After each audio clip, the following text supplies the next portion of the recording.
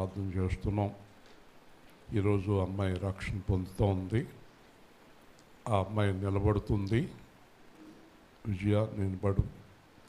మీరు ఇంకా సంతోషకరమైన విషయం ఏంటంటే విజయ్ కాబోయే భర్త కూడా వచ్చేసాడు ఈరోజు ఇక్కడికి. ఇది దేనికి సంకేతమో నాకు తెలియదు. ఆ అబ్బాయి కూడా లేచి నిలబడతారు. మీరందరూ చూడండి, చక్కని బిడ్డ దొరికాడు. విజయ్ కన్నా బాగున్న అబ్బాయి దొరికాడు కదా. పైగా రక్షణ పొందిన అబ్బాయి, రక్షణ పొందిన కుటుంబం, దేవుని యందు భయభక్తులు కలిగిన కుటుంబం, చదువుకున్న అబ్బాయి, చదువుకున్న అమ్మాయి. మరి అబ్బాయి తండ్రి గారు కూడా చాలా భక్తిపరుడు. ఆయన కూడా లేచి నుంచుంటారు. ఇంకా కొద్దిగా పెండింగ్ ఉందండి. ఇంకొక 4-5 నెలల్లో నిలబెడతాం వాళ్ళని కూడా. విజయ అమ్మగారు, నాన్నగారు వారు కూడా భవిష్యత్తులో ఏం చేస్తారు? ఇప్పుడు మా పిల్లలు ఎక్కడ ఉంటాడు కూడా మేము వెళ్తాం కదా. మరి ఇప్పుడు వచ్చారా లేదా మీరు? దేవుని స్తోత్రం. అందరం ప్రార్థన చేద్దాం. ప్రేమ గల తండ్రి, కుమార్తె రక్షణ పొందుతున్న సందర్భంలో ప్రార్థిస్తున్నాం. అంతేకాదు కుమారుడు కూడా రావడం చాలా సంతోషకరం. అలాగే ఈరోజు రక్షణ కార్యక్రమాన్ని, తర్వాత మిగిలి ఉన్న వివాహ కార్యక్రమాన్ని, అన్ని కార్యక్రమాలు కూడా ఇంకా మీరు జరిగించేస్తారని మాకు తెలుసు. అయితే చాలా ఘనంగా జరిగించి మీ నామానికి మహిమ తెచ్చుకోమని యేసుక్రీస్తు నామములో ప్రార్థిస్తున్నాము తండ్రి. కూర్చోండి. ఇలాంటి కార్యాలు ఇంకా ఎన్నో జరగాలి మన మందిరంలో. ఊహించలేని అద్భుత కార్యాలు. ఆ పాస్టర్ గారి ద్వారా చేసిన మొదటి వివాహం. అమ్మగారు లేచి నుంచోండమ్మా. పెళ్లి కుమారుడు, ఇంకా పెళ్లి కుమారుడు ఏంటంటే నేను అంటాడు. ఆ ఊర్లో చేసిన మొదటి వివాహం. అబ్బాయి ఇప్పుడు హైదరాబాద్లో ఉంటున్నారు. అబ్బాయి కూడా చదువుకున్నాడు, పాప కూడా చదువుకుంది. చక్కని వివాహం జరిగింది. ఈరోజు అనుకోకుండా హైదరాబాద్ నుంచి అబ్బాయి రావడం కూడా ఆశ్చర్యమే. కూర్చోండి.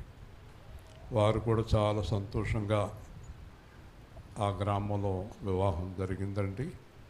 ఇది 2, 3, 4 కూడా అడిగాం. ఎందుకంటే అందరూ కలిపి అక్కడ ఒక సంఘంగా ఏర్పడటం కోసం. దేవుని స్తోత్రం. కాబట్టి దేవుడి కార్యాలు చాలా చాలా ఆశ్చర్యం.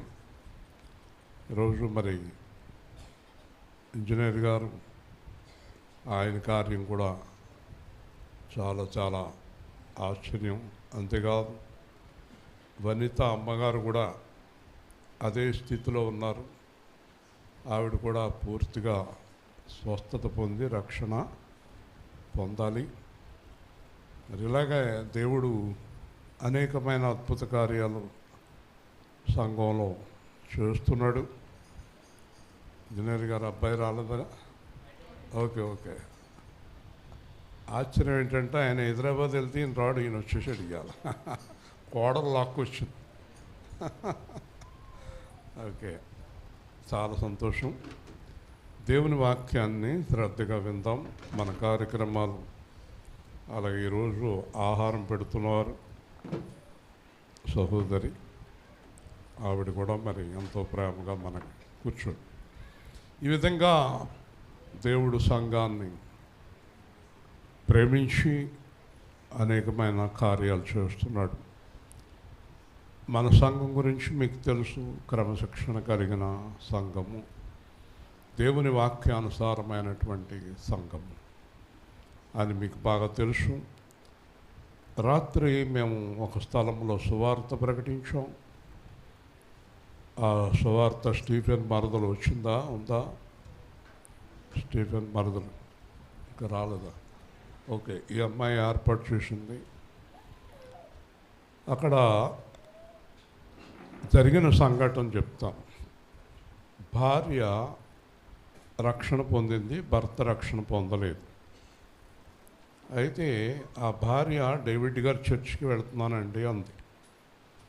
మంచిదమ్మా, నాకు ఒకే బాధ, నా భర్త రక్షణ పొందలేదండి, ఆయన గురించి ప్రార్థన చేయండి.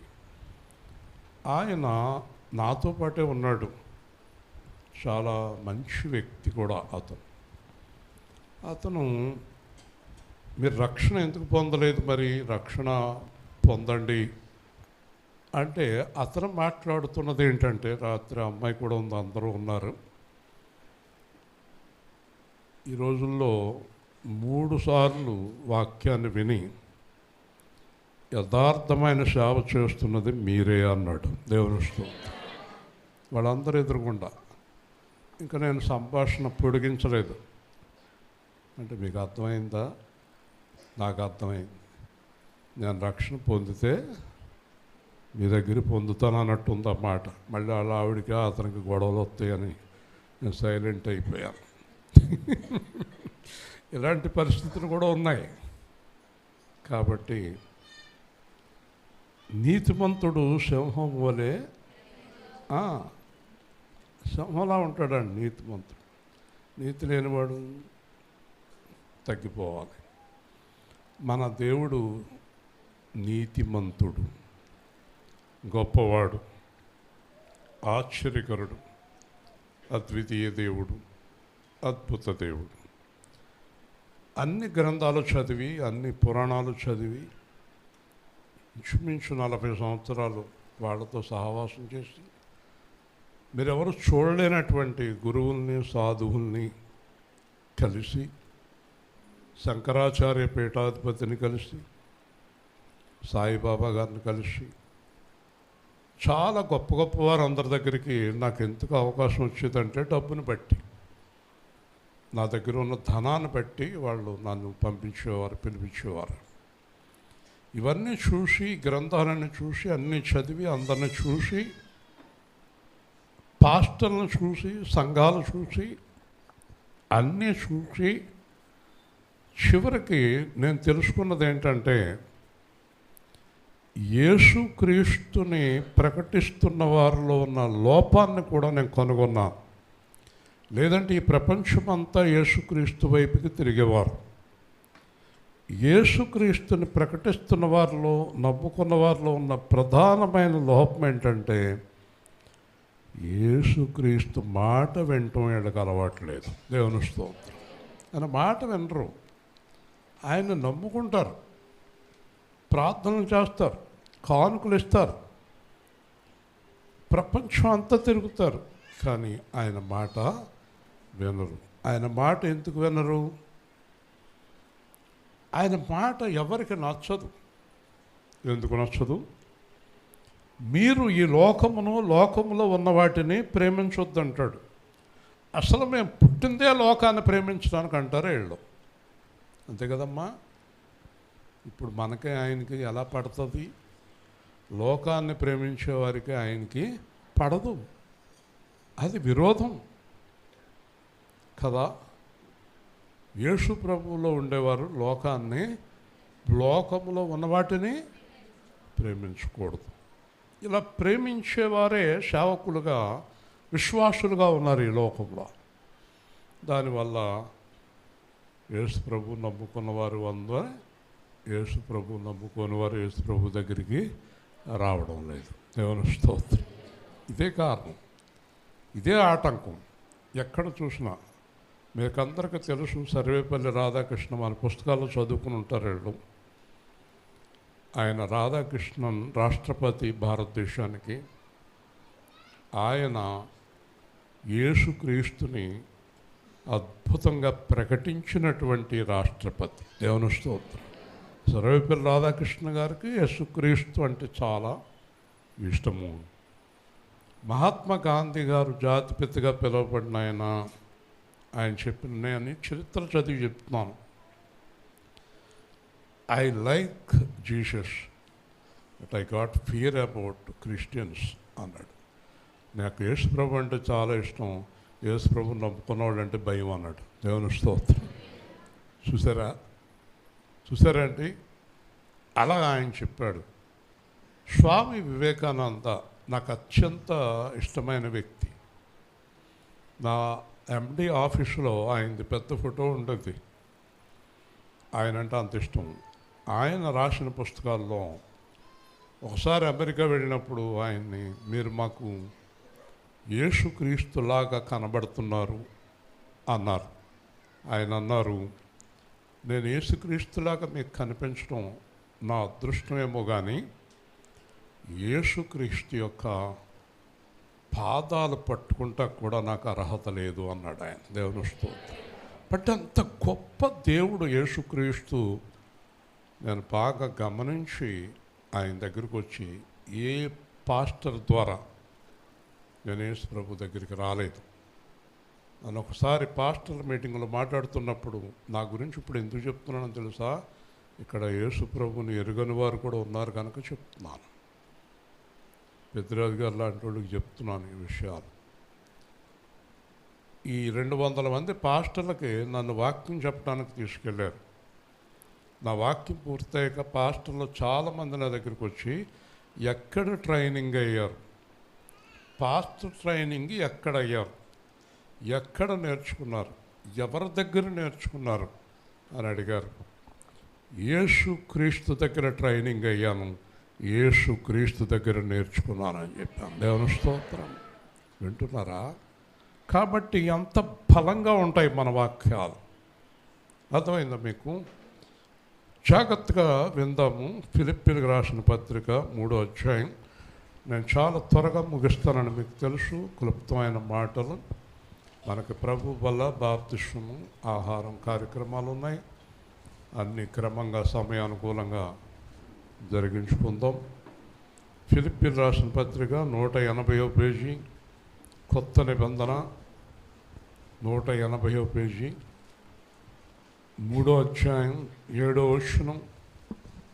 3:7. అయినను ఏవేవి నాకు లాభకరములై ఉండెనో వాటిని క్రీస్తు నిమిత్తం నష్టముగా ఎంచుకొంటిని. నిశ్చయముగా నా ప్రభువైన యేసుక్రీస్తుని గూర్చిన అతి శ్రేష్టమైన జ్ఞానము నిమిత్తమై సమస్తమును నష్టముగా ఎంచుకొనుచున్నాను. క్రీస్తును సంపాదించుకొని ధర్మశాస్త్రం మూలమైన నా నీతిని కాక, క్రీస్తునందలి విశ్వాసము వలనైన నీతి, అనగా విశ్వాసమును బట్టి దేవుడు అనుగ్రహించు నీతి గలవాడని ఆయన యందు అగుపడు నిమిత్తమును ఏ విధము చేతనైనను మృతుల్లో నుండి నాకు పునరుద్ధానము కలుగవలనని ఆయన మరణ విషయంలో సమానానుభవం గలవాడని ఆయన పునరుద్ధాన బలమును ఎరుగు నిమిత్తమును ఆయన శ్రమలలో పాలువాడొకటి ఎట్టిదో ఎరుగు నిమిత్తమును సమస్తమును నష్టపరుచుకుని వాటిని పెంటతో సమానముగా ఎంచుకొనుచున్నాను. ఇదివరకే నేను గెలిచితినైనను, ఇదివరకే సంపూర్ణ సిద్ధి పొందితినైనను నేను అనుకునట్లేదు. కానీ నేను దేని నిమిత్తం క్రీస్తు యేసు చేత పట్టబడుతునో దాన్ని పట్టుకొనవలని పరిగెత్తుచున్నాను. సహోదరులారా, నేను ఇదివరకే పట్టుకొని ఉన్నానని తలంచుకొనను. అయితే ఒకటి చేయుచున్నాను, వెనుక ఉన్నవి మరచి ముందున్న వాటి కొరకే వేగిరపడుచు క్రీస్తు యేసునందు దేవుని ఉన్నతమైన పిలుపునకు కలుగు బహుమానమును పొందవలనని గురి ఎద్దకే పరిగెత్తుచున్నాను. కాబట్టి మనలో సంపూర్ణమైన వారందరము ఈ తాత్పర్యమే కలిగి ఉందము. అప్పుడు దేని గూర్చి అయినను మీకు వేరు తాత్పర్యము కలిగి ఉన్నడలా అదియు దేవుడు మీకు బయలుపరచును. అయినను ఇప్పటి వరకు మనకు లభించిన దాన్ని బట్టి క్రమముగా నడుచుకుందాము. చూడండి, వాక్యం అంతా కూడా మీకు అర్థం కావాలంటే చాలా టైం పడుతుంది. క్లుప్తంగా మీకు అర్థమయ్యే విధానంలో చెప్పదలుచుకున్నది ఏంటంటే, పౌలు అనేటటువంటి సేవకుడు ఏమంటాడంటే, నేను యేసుక్రీస్తులాగా నడుచుకోవాలనుకుంటున్నాను. చెప్పండి, ఆయన నిర్ణయం అది. నేను యేసుక్రీస్తులాగా నడుచుకోవాలనుకుంటున్నాను. యేసుక్రీస్తులాగా నడుచుకోవాలంటే కనుక నేను నాకున్న తెలివిని, నాకున్న సమస్తమును నేను అనేదాన్ని విడిచిపెడితేనే కానీ ఆయన నాకు దొరకడు. దేవుని స్తోత్రం. నాకున్నదాన్ని, నేను అన్నదాన్ని, నాది అన్నదాన్ని నేను విడిచిపెట్టాలి. అప్పుడు కానీ ఆయన నాకు దొరకడు. యేసు ప్రభు ఒక వివాహానికి వెళ్ళాడు. బహుశా ఏళ్ళ వివాహానికి కూడా వస్తాడేమో చూద్దాం. వివాహానికి వెళ్ళినప్పుడు ఆ వివాహంలో ద్రాక్షరసం అయిపోయింది. అప్పట్లో పెద్ద పేరు, ద్రాక్షరసం అనేది పెద్ద విందు. ఈ ద్రాక్షరసము సడన్గా అయిపోయింది. అయిపోయినప్పుడు కంగారు పడుతున్నాడు ఆయన, ఆ పెండ్లి కుమార్తె తండ్రి కంగారు పడుతున్నాడు. అప్పుడు మరియా యేసు ప్రభు తల్లి అంది, నాయన ద్రాక్షరసం అయిపోయిందట అంటే నేనేం చేయను, నాకేం పని ఇప్పుడు అన్నాడు ఆయన. అయినప్పటికీ శిష్యులతో అంది, ఇలాగిలా అంది శిష్యుల్ని, వాళ్ళమ్మ, ఆయన గురించి తెలుసు ఆవిడికి అంది. శిష్యులు వచ్చి లైన్గా నుంచున్నారు. ఇంకా అర్థమైపోయింది యేసు ప్రభుకి, వదిలిపెట్టరేళ్ళు అని. సరే మీరు వెళ్ళి 6 రాతి బాణలు, పెద్ద బాణలు, అదంతా ద్రాక్షరసం అయిపోయింది, 6 రాతి బాణల్లో నీళ్లు పోయండి అన్నాడు. వెళ్ళి 6 రాతి బాణల నిండా నీళ్లు పోశారు. నీళ్లు పోసిన తర్వాత ఇప్పుడు మీరు వెళ్ళి జగ్గులతో ముంచి అందరికీ పోయండి అన్నాడు. నీళ్ళ అందరి దృష్టిలో నీళ్లు. ఆయన ఏమనుకున్నాడు, నీళ్లు ద్రాక్షరసము అగునుగాక అన్నాడు. హల్లెలూయా. అయిపోయింది. మొత్తం ద్రాక్షరసం పోసాక ఆ ఊరి ప్రెసిడెంట్ గారికి ఆకేశాడు, పెళ్లి కూతురు తండ్రి, ఇలా రావయ్య అన్నాడు. వెళ్ళాడు. ఇప్పుడు దాకా పనికి మాలింది పోసి ఇప్పుడు ఇంత రుచికరమైంది పోస్తావా అన్నాడు. ఈయనకి మతి లేదు. దానికి అర్థం మీకు చెప్తాను. జాడీలు మొత్తం ఖాళీ చేయమన్నాడు యేసుప్రభు. పాత ద్రాక్షరసము ఇంత చుక్క కూడా లేకుండా కడిగేయండి అన్నాడు. అప్పుడు నీళ్లు పోయమన్నాడు. దాన్ని ద్రాక్షరసంగా మార్చాడు. కాబట్టి పౌలు ఏం చెప్తున్నాడో తెలుసా, నీ పాత జీవితం, పాత బుద్ధులు, పాత ఆలోచనలు, పాత పాపాలు, పాత పాప క్రియలు, పాత అబద్ధాలు, పాత మోసాలు, పాత ద్వేషాలు, పాత ఈర్ష్యలు, పాత జీవితం, నాది అనే జీవితాన్ని పూర్తిగా కడిగేసుకుంటే కొత్త జీవితం క్రీస్తులో ప్రారంభమవుతుంది. హల్లెలూయా. పాత జీవితంలో ఉండి ఆ అమ్మాయి రక్షణ పొందితే ప్రయోజనం లేదు. రక్షణ పొందిన వారందరూ కొత్త జీవితంలో ఉండాలి. ఉన్నారా? లేరు గనక చాలామంది కొత్త జీవితంలోకి రాలేదు గనక వాళ్ళ జీవితంలో పాత ద్రాక్షరసం, పులిసిపోయిన ద్రాక్షరసం ఉంది వాళ్ళ జీవితంలో. దేవుడిచ్చిన క్రొత్త ద్రాక్షరసం వాళ్ళ జీవితంలో లేదు. దేవుని స్తోత్రం. అర్థమైందా మీకు? కొత్త ద్రాక్షరసం రుచి చూస్తేనే పాత దాని విలువ, కొత్త దాని విలువ అర్థమవుతుంది మీకు. అందుకే యేసునట రుచి చూసి తెలుసుకోవాలి. మేము యేసయ్యలో రుచి చూసేసాం, అందుకే ఆయన అంటే అలా ఉంటాం. ఒక అడుగు వేస్తే ఆయన చిత్తం లేకుండా, ఆయన మాట లేకుండా ఇయ్యం. ఇంకా ఆయనకి ఇష్టమైన పని చేస్తాం.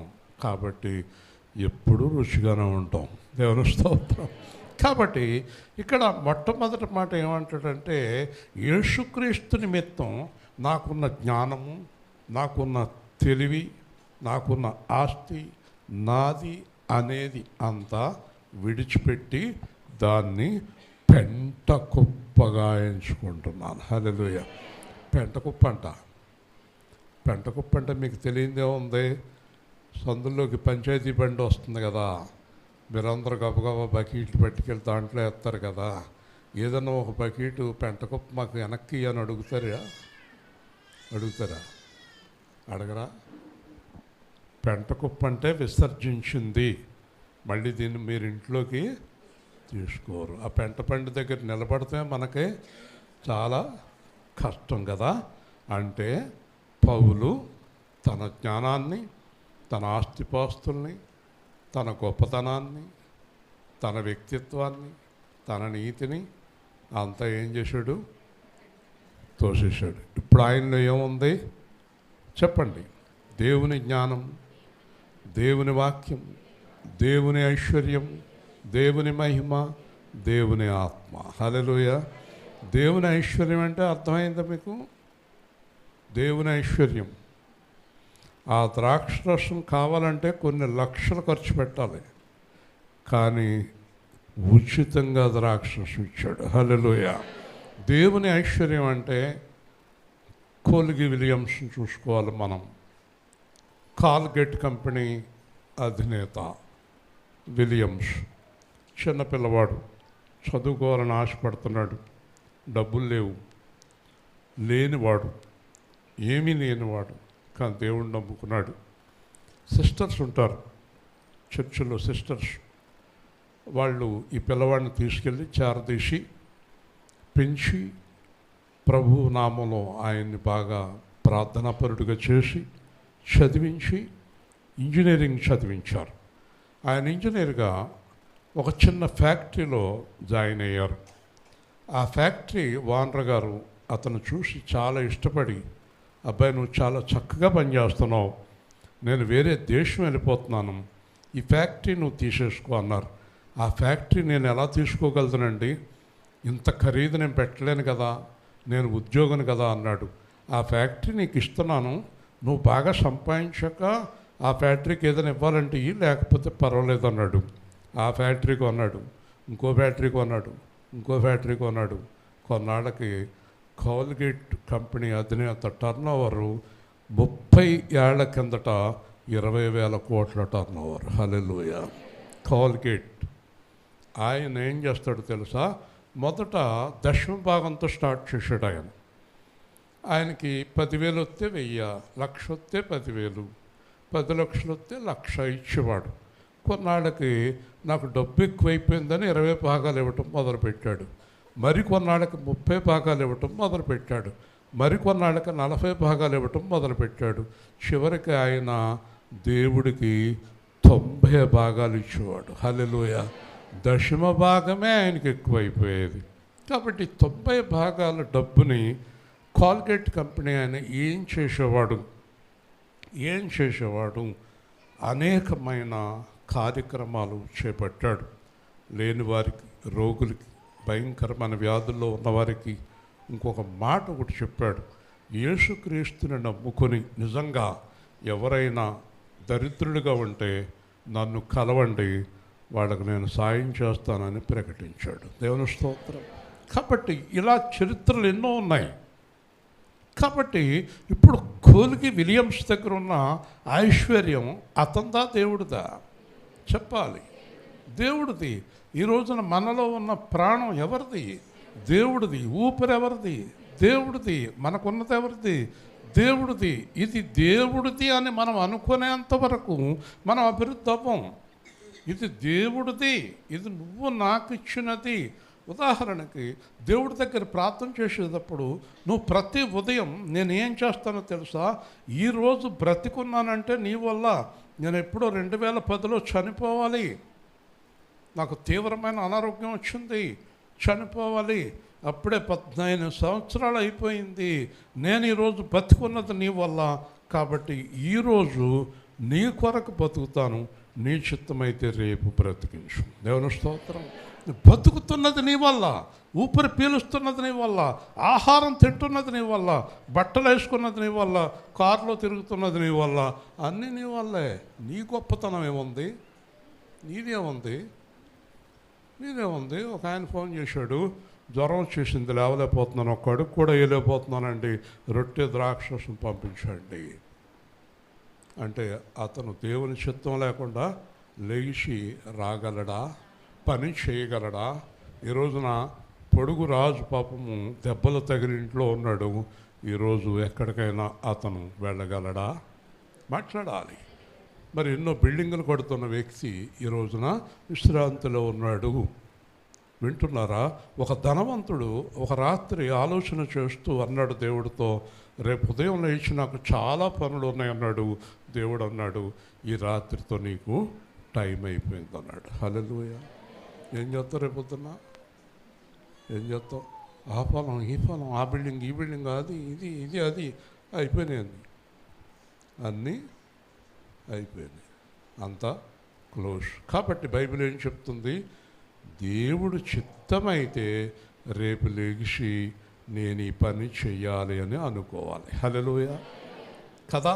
అలాగ ఆధారపడిన వారి జీవితాలను దేవుడు నడిపిస్తాడు. కాబట్టి నేను క్రీస్తును సంపాదించుకున్నాను. ఎవరిని? చాలామంది ఏం సంపాదించుకున్నారు? డబ్బులు, పొలాలు, బంగారాలు కదా. మరి ఈయన ఏమో సంపాదించుకున్నాడు చెప్పాలి. క్రీస్తుని ఏమన్నాడు ఒక చోట దేవుడు? వెండి నాది, బంగారము నాది, సమస్తము నాది. వెండి ఎంత ఉందో దేవుడి దగ్గర? బంగారం ఎంత ఉందో దేవుడి దగ్గర? చెప్పండి. భూమి ఎంత ఉందో దేవుడి దగ్గర? ఆ దేవుడే మనవాడైతే ఆయన్ని మనయే కదా. హల్లెలూయా హల్లెలూయా. దేవుడు నీవాడైతే అన్నీ నీయే కదా. కాబట్టి ఇప్పుడు చూడండి, ఆలోచించండి. ఒక ఆయనకి 10 ఎకరాల పొలం ఉంది, 4 పిల్లలు ఉన్నాడు, 5 వాటాలు వేసాడు ఆయన. నేను కూడా వెళ్ళాను. 2 ఎకరాలు ఇచ్చాడు. ఒక అబ్బాయికి 2 ఎకరాలు, ఒక అబ్బాయికి నలుగురికి 4 8 ఎకరాలు ఇచ్చాడు. 2 ఎకరాలు ఆయన పెట్టుకున్నాడు. అంతే కదా. 4 పిల్లలకి 4 8 ఎకరాలు ఇచ్చాడు. ఆయన 2 ఎకరాలు పెట్టుకున్నాడు. ఆయనకి ఏమీ లేదనుకోండి, పిల్లలకి ఏమి ఇస్తాడు? ఆయనకి ఏమీ లేనప్పుడు.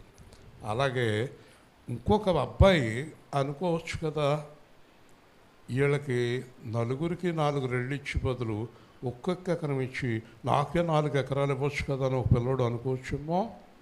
అలా దేవుడు ఇవ్వడు. దేవుని స్తోత్రం. దేవుడికి ఉన్నదంతా ఎవరికి ఎంత ఇవ్వాలో అంత వాళ్ళకి ఇస్తాడు. దేవుని స్తోత్రం. హల్లెలూయా. ఎవరికి ఎంత ఇవ్వాలో ఆయనకి బాగా తెలుసు, ఎవరికి ఎంత ఇవ్వాలి. కాబట్టి పౌలు అంటాడు, అన్న వస్త్రములు గలవారమై దేవుని కృప కలిగి సంతోషంగా జీవిద్దాం. మనిషికి కావలసింది ప్రథమమైనది వస్త్రము, అన్నము. ఈ 2 తర్వాత మిగతాయన్ని. హల్లెలూయా కదండి. పెద్ద బిల్డింగ్లో ఉన్నాయని నేను చూశాను, చిన్న గదిలో ఉన్నాయని చూశాను. పెద్ద బిల్డింగ్లో ఉన్నాయన నేను 2 రోజులు అయింది వాళ్ళ ఇంటికి వెళ్ళి, వాళ్ళ ఇంట్లోనే ఉన్నాను. 3వ రోజు కనిపించాడు. పెద్ద బిల్డింగ్ అంటే 2 ఎకరాల్లో ఉంది. ఆయన మూర్తి గారు ఎప్పుడు వచ్చారు మీరు అని అడిగాడు. 2 రోజులు అయిందా మా ఇంటికి వచ్చి అని. నేను వచ్చింది కూడా అతనికే 2 రోజులు వాళ్ళ ఇంట్లో భోజనం చేశాను. ఎవరు చెప్పలేదు ఆయనకి. ఎప్పుడు వచ్చారు మీరు అంటున్నాడు. ఒకే గది ఉంది. ఆడకు నేను ఎప్పుడు వచ్చాను తెలుస్తుందా? దేవుని స్తోత్రం చెప్పండి.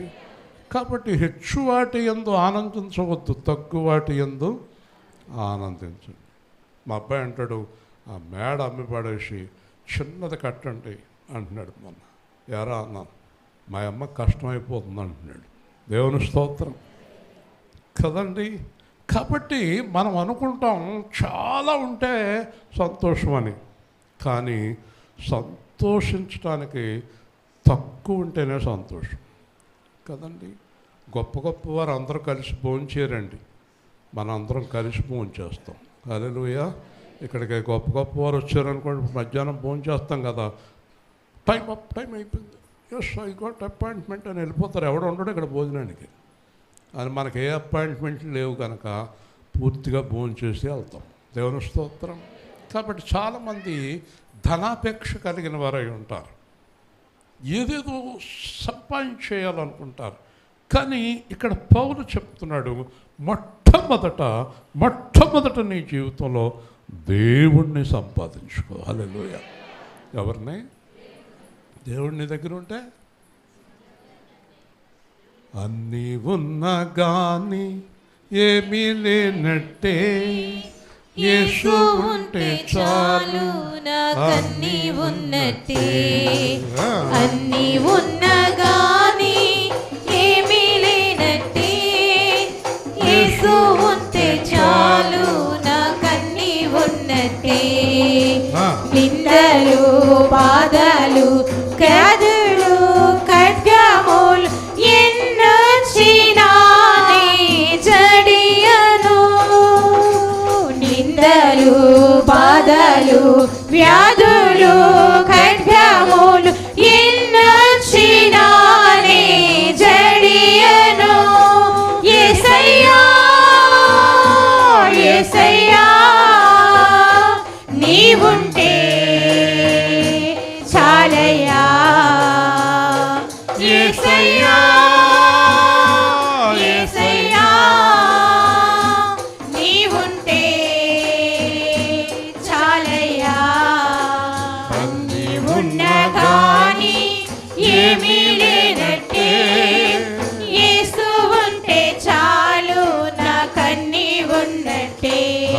అగ్నిగుండము ఎదురైనా సింహాల బోను పొంచియున్నా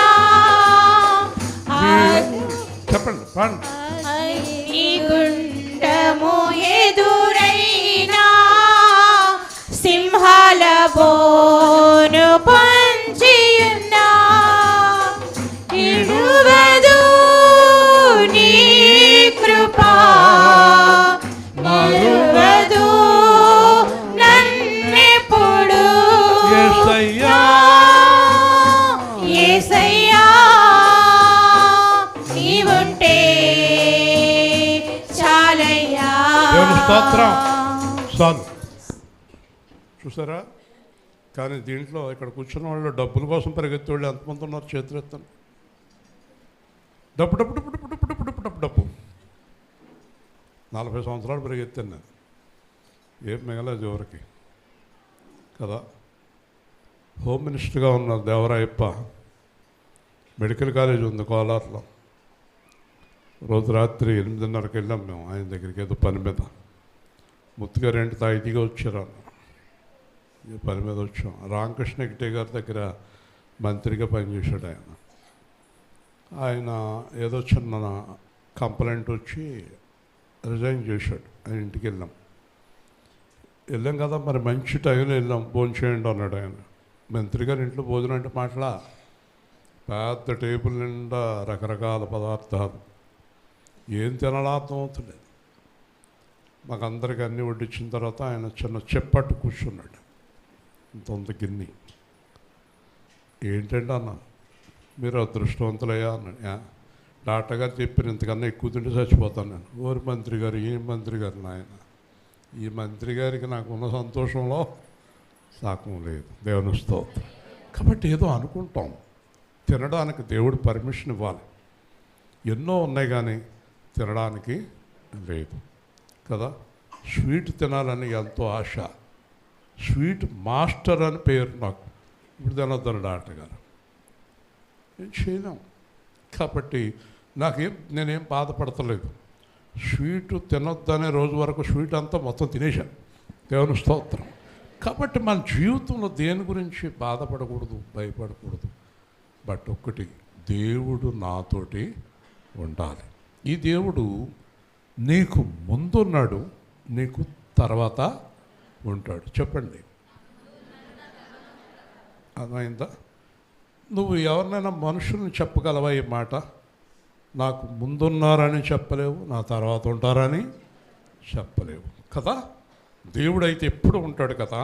కాబట్టి ఈ యేసు ప్రభు అంటాడు, ఎప్పుడు ఉండే దేవుడి దగ్గరికి నువ్వు వెళ్ళాలంటే, ఈరోజు అమ్మాయి పొందుతుందే పాప జన్మ కర్మ పాపముల నుంచి విడుదల పొంది, నరకము నుంచి విడుదల పొంది దేవుడి దగ్గరికి వెళ్ళాలంటే రక్షణ పొందాలి. హల్లెలూయా. ఈ అమ్మాయి అదృష్టం ఏంటంటే, వివాహం మాట పక్కన పెడదాం. పెద్దరాజు గారు ఆ అమ్మాయికి వివాహం చేస్తున్నారు కనుక రక్షణ అని ఆయన అనుకుంటున్నాడు. వివాహానికి పొందే రక్షణ కంటే కూడా ఆ అమ్మాయి యొక్క ఆత్మ జీవగ్రంథంలో ఆ అమ్మాయి పేరు ఈరోజు యేసు ప్రభు స్వయంగా రాస్తారు. హల్లెలూయా. ఇంతకన్నా భాగ్యం ఏముంది మనకి? అంతకన్నా భాగ్యం ఏముంది మనకి? కాబట్టి అద్భుతమైనటువంటి కార్యం రక్షణ. తెలీదు చాలామందికి, ఈ రక్షణ విలువ తెలియదు. ఆయన మేనకోడలు ఉంది పక్కన పాప, ఆ అమ్మాయి అదృష్టవంతురాలండి విజయ. మరి నేను ఎప్పుడు, నీకు వస్తుంది సమయం. దేవుని స్తోత్రం. వస్తుందమ్మా, అందరికీ వస్తుంది. ఆశ గల ప్రాణాన్ని దేవుడు తప్పకుండా తృప్తిపరుస్తాడు. కాబట్టి నేను దేవుణ్ణి సంపాదించుకున్నాను, అంతేకాదు ఆయనను ఎరుగు నిమిత్తము అన్నీ విడిచిపెట్టాం. నేను ఎవరిని తెలుసుకోవాలనుకుంటున్నాను? దేవుణ్ణి తెలుసుకోవాలనుకుంటున్నాను. దేవుణ్ణి తెలుసుకోవటానికి పూర్వం నేను కొంతమంది సాధువుల్ని చూశాను. ఒక సాధువు గారు మేము రాళ్ళు కొట్టే కొండ మీద ఉండేవాడు. నేను వెళ్ళి కలుసుకుంటే మూర్తి గారు కిందకి వెళ్ళి తెచ్చుకోవాలి నీళ్లు, కొండ కిందకి చాలా కష్టం అవుతుందండి అన్నాడు. మొట్టమొదటి నువ్వు సాధువు ఎందుకు అయ్యావు అని అడిగాను. జన్మ కర్మ పాపాల నుంచి విడుదల పొందటానికి అన్నాడు ఆయన. పాపం నుంచి విడుదల పొందటానికి సాధువు ఎందుకు కావాలి అంటే, సంసారం చేస్తుండగా లోకంలో ఉండగా అది దొరకదండి. జన్మరాహిత్యం దొరకాలంటే సన్యాసం స్వీకరించాలి అన్నాడు ఆయన. అప్పుడు నాకేం అర్థం అవ్వలేదు అనుకోండి. ఇప్పుడైతే నేనే చెప్తున్నా ఆయనకి. సరే ఏం కావాలి మీకు అన్నాను. నాకు కాస్త మంచినీళ్ళు పైకి వచ్చేటట్టు చేయండి. ఆ రోజుల్లో 2 లక్షలు ఖర్చు పెట్టి పైప్ లైన్ వేయించి మోటార్ వేయించి మొత్తం 15 మంది శిష్యులు సాధువు గారికి నీళ్లు పంపించాను. దేవుని స్తోత్రం. కాబట్టి నేను చెప్పేది ఏంటంటే, వాళ్ళు ఏమంటున్నారంటే మోక్షం పొందటం కోసం కుటుంబాలని పిల్లల్ని వదిలేసి మేము ఈ సన్యాసం స్వీకరించాం. బైబిల్ చెప్తుంది ఏంటో తెలుసా, జన్మ కర్మ పాపాల నుంచి విడుదల పొందాలంటే శిలువలో నీ కొరకు మరణించిన యేసుక్రీస్తు నామంలో రక్షణ పొందు. పెళ్ళాన్ని వదలక్కలేదు, పిల్లల్ని వదలక్కలేదు, ఎవరిని వదలక్కలేదు. హృదయంలో ఆయన్ని ప్రభు అని నమ్ముకో, అది చాలు, నీకు మోక్షం వస్తుంది. హల్లెలూయా. చూసారా ఎంత అద్భుతమో.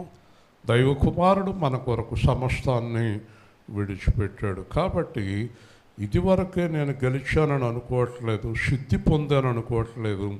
దేని నిమిత్తము క్రీస్తు చేత పట్టబెడుతున్నో దాన్ని పట్టుకోవాలి.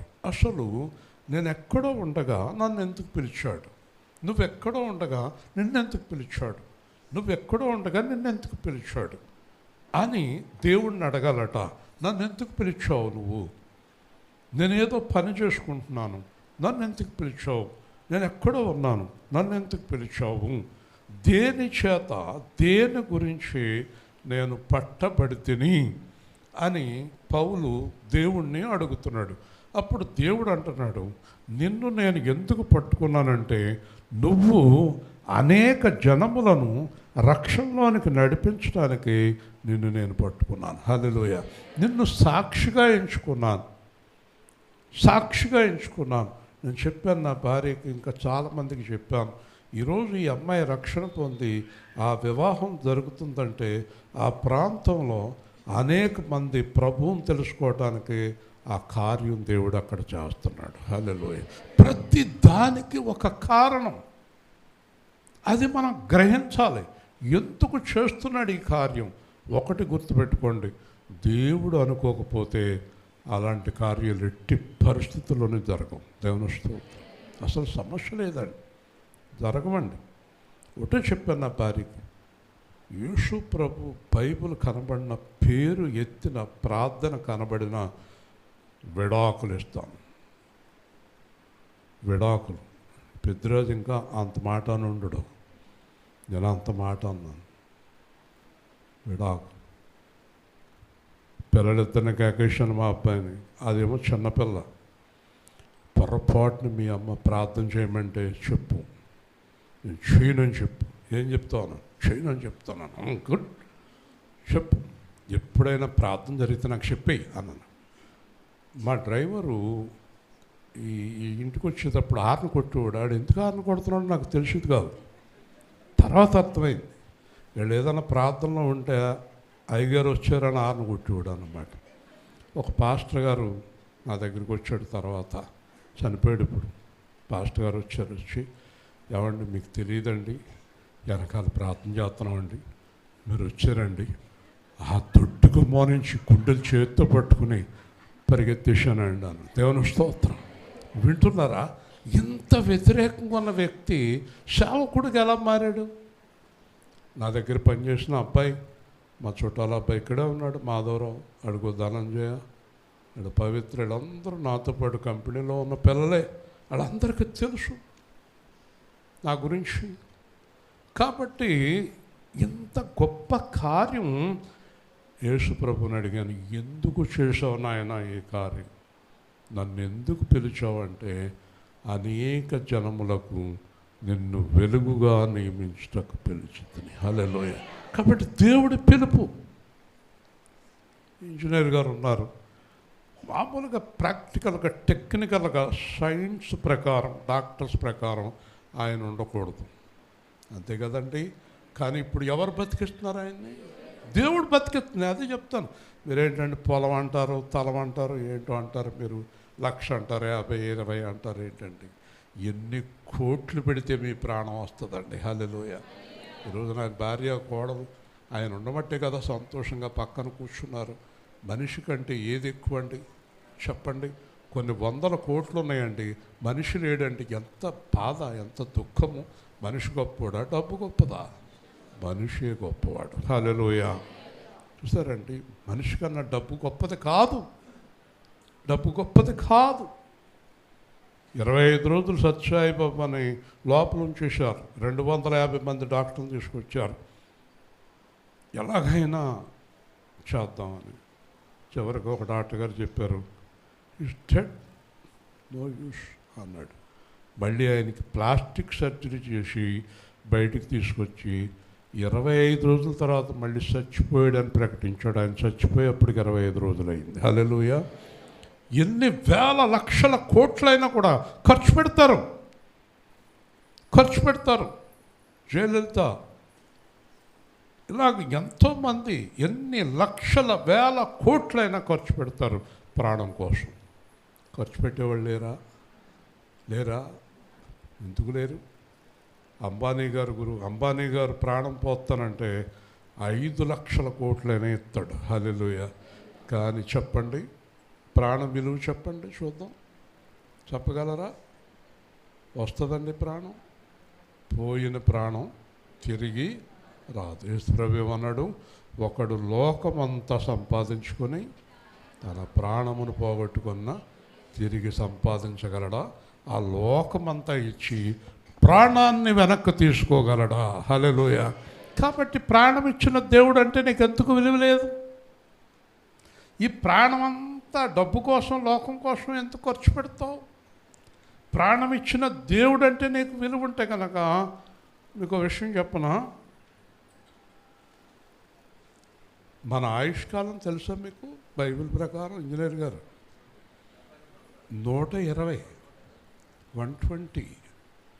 మానవుడు ఆయుష్కాలం ఎంత అనుకుంటున్నారు? 120 యాజ్ పర్ బైబిల్. 120 సంవత్సరాల ఆయుష్ ఉంది మనకి. ఎవరిచ్చారు? మీలో ఎవరినైనా దేవుడు అనుకుంటే 120 సంవత్సరాలు బతికించగలడు. హల్లెలూయా. 120 సంవత్సరాలు కర్రలో కాళ్ళు చేతులు పట్టుకుని కాదు, ఆరోగ్యంగానే బ్రతికించగలడు. హల్లెలూయా. కదండి. నాదండ్ల భాస్కర్రావు మీకు అందరికీ తెలుసు కదా. ఇప్పుడు మనోహర్ వాళ్ళ నాన్న 96 ఏళ్ళు ఇంటర్వ్యూ చేస్తున్నారు. ఏంటంటే ఇలా ఉన్నారు అన్నాడు. ఏముంది, చీకు చింత బెంగ ఏమీ లేదు, తింటాను, టైంకి పడుకుంటాను, ప్రశాంతంగా ఉంటాను అని అతను అనుకుంటున్నాడు. కానీ అది దేవుడిచ్చిన ఆయుష్యే. దేవుని స్తోత్రం. ఆయుష్ ఇచ్చేది ఎవరండి? దేవుడండి. కాబట్టి ఇతను అంటాడు, నేను ఆయన్ని కావాలని అన్నీ విడిచిపెట్టుకుంటున్నాను. అయితే నేను గురి యొద్దకు పరిగెడుతున్నాను. గురి ఏంటంటే, మర్చిపోకండి, గురి ఏంటంటే మనం చనిపోయిన తర్వాత మన ఆత్మ ఎక్కడికి వెళుతుంది? అది బైబిల్ ప్రకారం దేవుడి దగ్గరికి వెళుతుంది. దేవుడు దాన్ని 2 స్థలాలకి పంపిస్తాడు. రక్షణ పొందిన ఆత్మ, పాపం లేని ఆత్మ పరలోకానికి, పాపముతో ఉన్న ఆత్మ తీర్పులోనికి వెళ్ళి నరకానికి వెళుతుంది. కాబట్టి పౌలు గురి ఏంటంటే, ఆయన అంటున్నాడు, యేసుక్రీస్తు ఎక్కడున్నాడో నేను అక్కడికి వెళ్ళాలి. హల్లెలూయా. అదే గురి. ఏంటంటే గురి?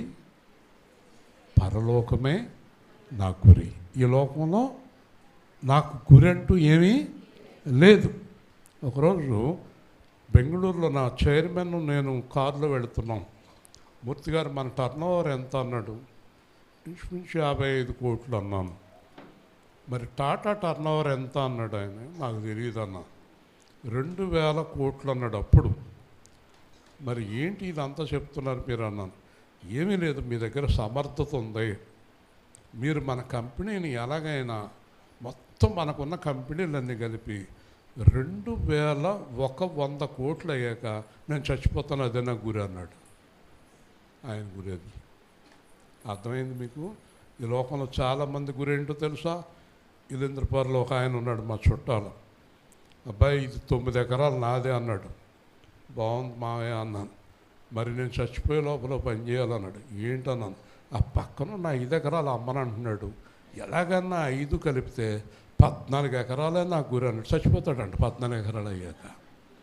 ఏంటండి ఈ గుర్రులు చెప్పండి.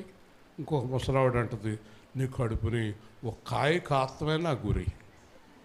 అప్పుడు దాకా వెళ్దంట ఈవిడి. ఆ కాయని ఎత్తుకుని వెళ్తుందట. ఏం గురి ఇది? కానీ పౌలు అంటున్నాడు, నా గురి నీవే. హల్లెలూయా. నా గురి అంటే నా దేవుడు ఎక్కడున్నాడో అక్కడికి వెళ్ళాలి. ఒక్క మాటలో చెప్పాలంటే నేను చనిపోయిన తర్వాత నేను దేవుడి దగ్గరికి వెళ్ళాలనేది గురి. హల్లెలూయా. అంటే దేవుడు లేని లోకముంది, దేవుడు ఉన్న లోకము. దేవుడు లేని లోకము దేవుడి చేత శపించబడిన లోకము. దేవుడు ఉండే లోకము దేవుడు ఆశీర్వదించిన లోకము. ఫైనల్గా సంపూర్ణమైన వారందరము ఇదే ఆలోచన కలిగి ఉందాము. వేరే ఆలోచన ఉంటే మీకు దేవుడు తెలియజేస్తాడు. ఈ వాక్యం చెప్పాలంటే సాయంత్రం అవుతుంది. ముగించేస్తున్నాను. ఆయన అంటున్నాడు, యేసు ప్రభుని వెంబడించే వారందరూ కూడా ఎలాంటి ఆలోచన కలిగి ఉండాలి. ఎలాంటి ఆలోచన? 3 విషయాలు చెప్పి ప్రార్థన చేస్తాను. దావీదు అన్నాడు దేవుడితోటి, నేను పాటలు పాడుకుంటూ నీ ఆలయంలో ఉండాలని ఆశపడుతున్నాను. పాటలు పాడుకుంటూ నీ ఆలయంలో ఉండాలని ఆశపడుతున్నాను. అలా కాదు దావీదు, నా ఆలోచన ఏంటంటే పాటలు పాడుకో, ఆలయానికి ఎప్పుడైనా రా, కానీ 20 లక్షల ఇశ్రాయేలు మీద నిన్ను రాజుగా నియమిస్తున్నాను. హల్లెలూయా. ఈయనేమడిగాడు? చిన్నది. ఆయనేమిచ్చాడు? యోసేపు అన్నాడు, జైల్లోంచి వెళ్ళిపోయి ఎవరో ఒకరి దగ్గర పని చేసుకుంటాను ప్రభువా అన్నాడు దేవుడితో. యోసేపు దేవుడేమన్నాడు, నువ్వు ఎవరో ఒకరి దగ్గర పనిచేసేవాడు కాదు, ఈ దేశానికి నిన్ను యువరాజుగా నియమిస్తున్నాను అన్నాడు. హల్లెలూయా. అర్థమవుతుందా? రూతు బోయజ్ దగ్గరికి వెళ్ళి, ఆ పూర్వం పొలంలో, ఇప్పుడు అసలు మొత్తం ఊడిచేస్తున్నారు అనుకోండి, మా చిన్నప్పుడు పొలంలో తట్టలు పట్టుకుని మిగిలిన ఏరుకుని ఒడ్లు కొట్టుకుని బతికేవారు. ఇప్పుడు ఎవరిని బతకనిత్తలేదు, మిషన్లు వచ్చేసినాయి కదా, ఏముండవు. అలా చాలామంది బతికేవారు పాపం. మా పొలంలోకి వెళ్ళినప్పుడు కూడా ఒక ఆవిడ వచ్చి ఏరుకునేది, తట్ట నిండా ఏరుకుని ఇంటికి వెళ్ళి అవి కొట్టుకుని పాపం ధాన్యం తీసుకునేది మొత్తం. ఒకవేళ అలాంటి ఆవిడ వచ్చినా ఆవిడ కూడా తీసేసుకుంటారు ఇప్పుడు. కాబట్టి ఈ పరిగెలు ఏరుకోవటానికి వెళ్ళింది ఆవిడ రూతు. ఆ పొలంలో ఆయనకు 1000 ఎకరాల పొలం ఉంది. ఆ పొలంలో ఈవిడ పరిగెలు ఏరుకుంటాకి వెళ్ళింది. దేవుడికి ప్రార్థన చేసింది, అయ్యా నా జీవితం అంతా ఈ పొలంలో ఏరుకుంటా బతుకుతానని. దేవుడు అన్నాడు, అమ్మా నువ్వు ఇక్కడ ఏరుకుంటాకు రాలేదు, ఈ రూతుని పొలానికి యజమానైన బోయజుకి పెళ్లి చేసి ఆ పొలానికి యజమానురాలు చేశాడు. హల్లెలూయా. పనిచేస్తానికి వెళ్ళినాడు, ఏమైంది? యజమానురాలు అయింది. అర్థమవుతుంది మీకు? దానియేలు గారు అన్నారు, ప్రభువా నేను ప్రార్థన చేసుకుంటూ జీవిస్తాను అన్నాడు. నేను ప్రార్థన చేసుకుంటూ జీవిస్తాను అన్నాడు. దేవుడు అన్నాడు, అలా కాదబ్బాయి, నువ్వు ఈ దేశానికి ప్రధానమంత్రి అన్నాడు. హల్లెలూయా చెప్పండి. కాబట్టి ఎవరికి ఏది ఏమో, ఈ అమ్మాయి విజయ జీవితంలో ఏమి రాశాడో, ఎవరి జీవితంలో ఏమి రాశాడో, మన అందరి జీవితాల్లో దేవుడు ఏ ఆలోచన పెట్టాడో. నేను అన్నాను, ఇంజనీర్ గారు మొన్న ఏదో అమ్మేస్తుంటే బాధపడ్డాడు. మీరు అమ్మేస్తుంటే బాధపడకండి, రేపొద్దున మీ అబ్బాయి స్టేట్స్ వెళ్ళి మళ్ళీ మీరు అమ్మని అన్నీ లైనెట్టి కొనిపించేస్తాడేమో. దేవుని స్తోత్రం. మనం ప్రాణం ఉండటం ముఖ్యం. ముగింతాను. మనలో ప్రాణం ఉండటం ముఖ్యం. ఆ ఉన్న ప్రాణం దేవుడితో కలిసి ఉండటమే ముఖ్యం. ప్రార్థన చేస్తున్నాం. ప్రార్థన చేసుకుందాం. ప్రేమ గల తండ్రి, జీవాధిపతి అయిన ప్రభువా, ఈరోజు మీరు ఇచ్చిన వాక్య భాగాన్ని బట్టి స్తోత్రాలు. శిలువలో మీరు మా కొరకు చేసిన త్యాగాన్ని బట్టి స్తోత్రాలు. ఈ సమయంలో నా తండ్రి కుమార్తెకు రక్షణ ఇస్తుండగా తోడై ఉండి నడిపించమని, అలాగే ప్రభు బల కార్యక్రమాన్ని, ఆహార కార్యక్రమాన్ని తగిన సమయానికి నడిపించమని యేసు నామములో అడుగుతున్నాం తండ్రి.